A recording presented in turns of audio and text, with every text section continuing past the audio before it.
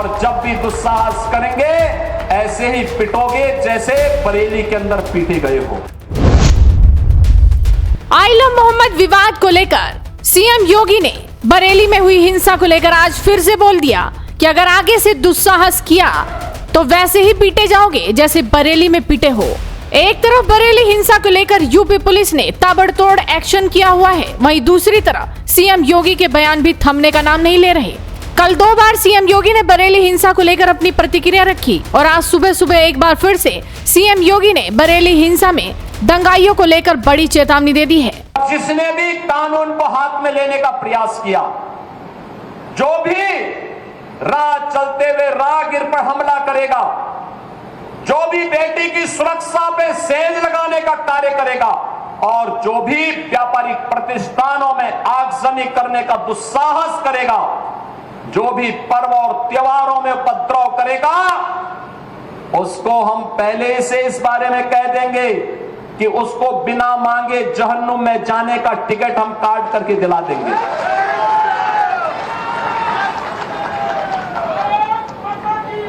इतना पर्याप्त होगा उसके लिए।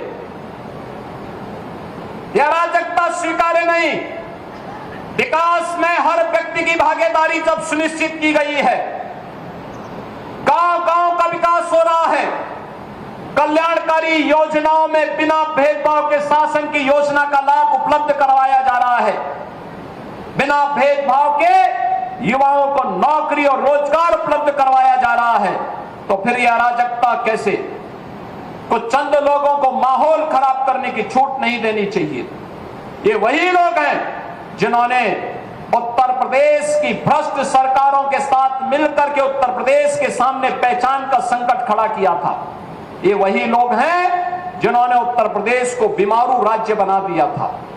ये वही लोग हैं जिन लोगों के दंगों के कारण प्रदेश में कोई निवेश नहीं आता था, कोई उद्योग नहीं लगता था, कोई विकास का कार्य नहीं हो पाता था। और आज पिछले 8.5 वर्ष के अंदर उनकी मंशा सफल नहीं हुई। अब नए नए तौर तरीके अपनाने का कार्य कर रहे हैं, लेकिन याद रखना होगा वे जितना सोचते हैं उससे ज्यादा हमारी पहले से तैयारी रहती है। और जब भी दुस्साहस करेंगे ऐसे ही पिटोगे जैसे बरेली के अंदर पीटे गए हो। दरअसल सीएम योगी ने बरेली हिंसा पर साफ शब्दों में बोला था कि मौलाना भूल गया कि यूपी में किसकी सरकार है। ऐसा सबक सिखाएंगे कि हिंसा करने से पहले 100 बार सोचेंगे। और यही डेंटिंग पेंटिंग आपने देखा होगा कल बरेली के अंदर, वो मौलाना भूल गया कि शासन किसका है। वो ये मानता था धमकी देंगे और हम जबरदस्ती जाम कर देंगे। हमने कहा जाम नहीं होगा, कर्फ्यू भी नहीं लगेगा, लेकिन कर्फ्यू का सबक तुम्हें ऐसा सिखा देंगे कि तुम्हारी आने वाली पीढ़ी दंगा करना भूल जाएगी। और इसके कुछ ही देर बाद आईएमसी के अध्यक्ष मौलाना तोकीर रजा समेत 8 लोगों को गिरफ्तार कर लिया गया। 40 से ज्यादा को हिरासत में लेकर पुलिस पूछताछ कर रही है। मौलाना को पनाह देने पर एक बारात घर संचालक फरहत और उसके बेटे को भी पुलिस ने मुकदमे में शामिल किया है। बरेली हिंसा में अब तक 49 उपद्रवी गिरफ्तार हैं। पुलिस ने रात भर छापेमारी की, 2500 लोगों पर एफआईआर हुई और तोकीर रजा की गिरफ्तारी के बाद 48 घंटों के लिए इंटरनेट सेवा को भी बंद कर दिया गया है। हालांकि हिंसा के बाद रात में 10:30 बजे मौलाना तोकीर रजा खान ने एक वीडियो जारी कर कहा था कि अतीक और अशरफ की तरह मुझे भी गोली मार दो, मोहम्मद के नाम पर मरना कबूल है। उन्होंने विरोध जताने पर मुसलमानों को मुबारकबाद पेश करते हुए घटना को साजिश भी करार दिया था।